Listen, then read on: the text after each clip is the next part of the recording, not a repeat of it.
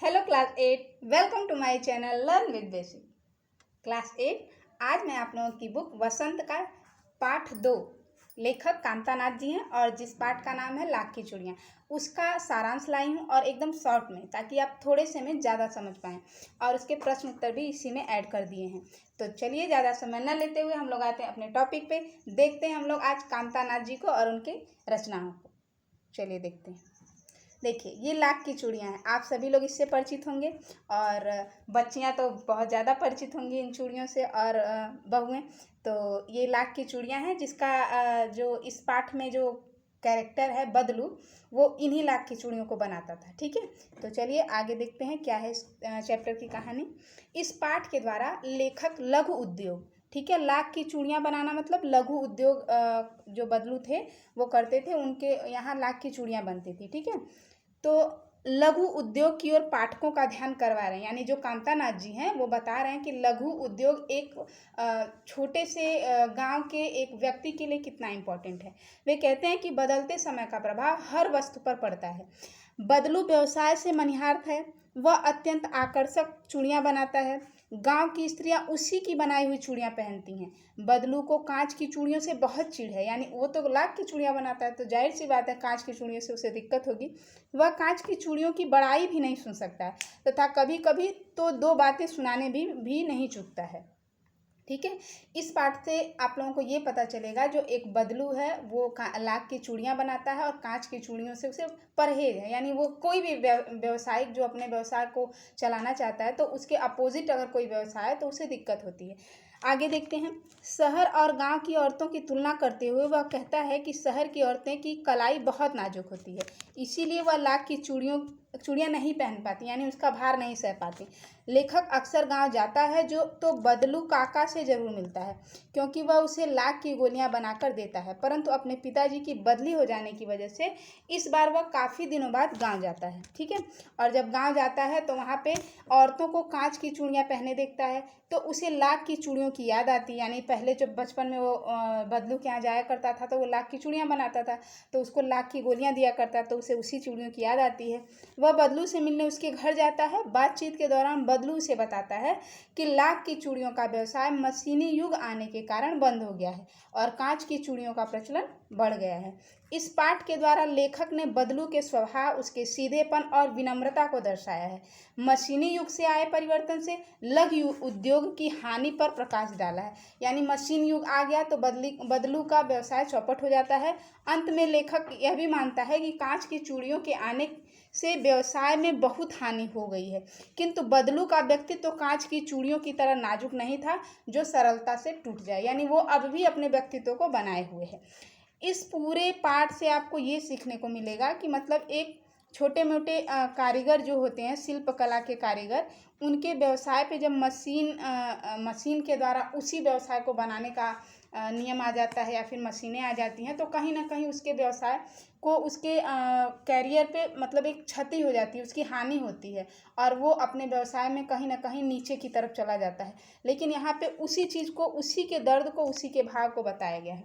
ठीक है, यानी सारा कुछ मिला के आप इस पाठ से ये बता सकते हैं कि बदलू जो था वो छोटा मोटा व्यवसाय लाख की चूड़ियों का था उसका, और जब मशीनी युग आ गया तो कहीं ना कहीं बदलू का व्यवसाय ठप हो जाता है, जो उसकी व्यथा को बताता है, यानी लेखक उसकी व्यथा को बताता है।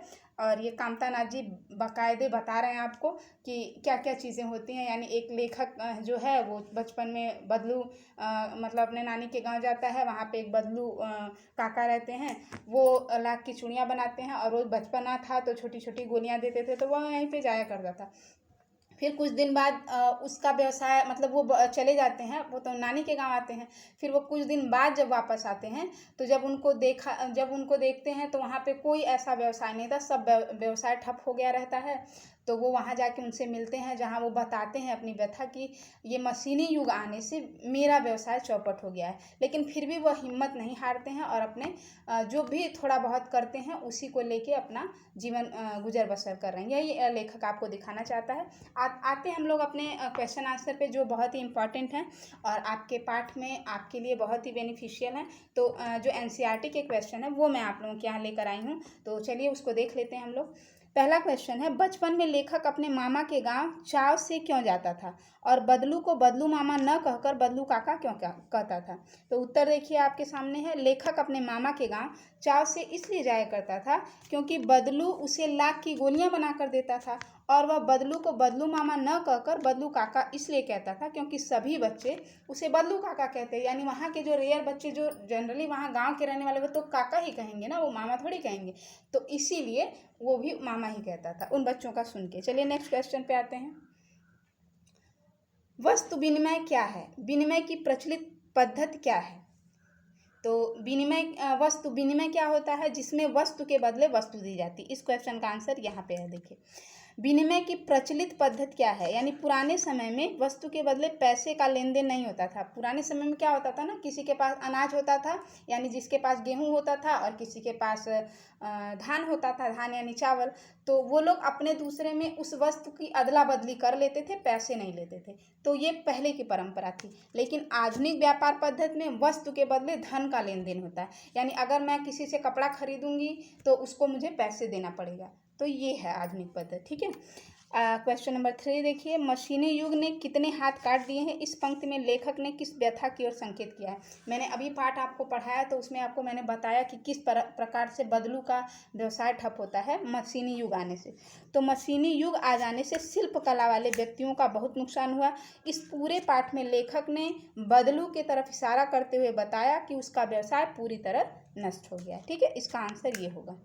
आगे आते हैं हम लोग अगले क्वेश्चन पर। देखिए यहाँ पे 1 मिनट। क्वेश्चन नंबर 4 है, बदलू के मन में ऐसी कौन सी व्यथा थी जो लेखक से छिपी न रह सकी?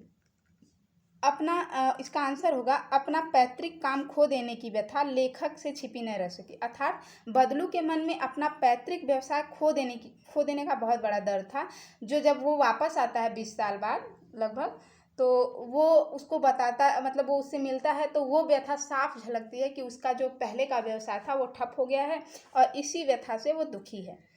अगला देखिए, अपना पैतृक काम खो देने की व्यथा लेखक से छिपी न रह सकी। देखिए ये एक बार फिर आपको रिपीट हो गया है तो इसको आप लोग कट करिएगा, ये नहीं है, बाकी यही इसका आंसर होगा, ठीक है। तो ये थे आपके क्वेश्चन आंसर और बदलू, यानी आप लोग एक बार इस पार्ट को जैसे मैंने बताया है उस हिसाब से पढ़ लेंगे तो आपको जो उसमें मेन मुद्दा यही है कि मशीनीकरण आ जाने से बदलू का शिल्प कला वाला व्यवसाय तहस नहस हो जाता है, जिसकी वजह से उसे आर्थिक समस्याओं का सामना करना पड़ता है। यही मेन मुद्दा है और इसी मुद्दे को लेकर कामतानाथ जी ने ये सारी कहानी लिखी है। और उसमें जो है बदलू हैं और उनके लल्ला जिन्हें वो कहते हैं, लेखक को लल्ला लल्ला करके बुलाते हैं, उनकी एक बेटी है रज्जो, जो लास्ट में आती हैं कुछ आम उम लेकर और वो उनको देते हैं। तो मतलब इस तरह से एक भावनात्मक कहानी का जुड़ाव है और पूरे भावनात्मक चित्र को दर्शाया गया है। तो मैं चाहूँगी कि आप लोग प्लीज़ इसको एक बार अच्छे से पढ़िए और इसको पढ़ लेंगे तो आपको इसके क्वेश्चन आंसर जो हैं, जो अभी मैंने बताए हैं, वो आपको इसके उत्तर देने में कोई दिक्कत नहीं होगी। तो ठीक है, पूरा वीडियो वॉच करने के लिए धन्यवाद। अब नेक्स्ट टॉपिक आपका फिर से आएगा।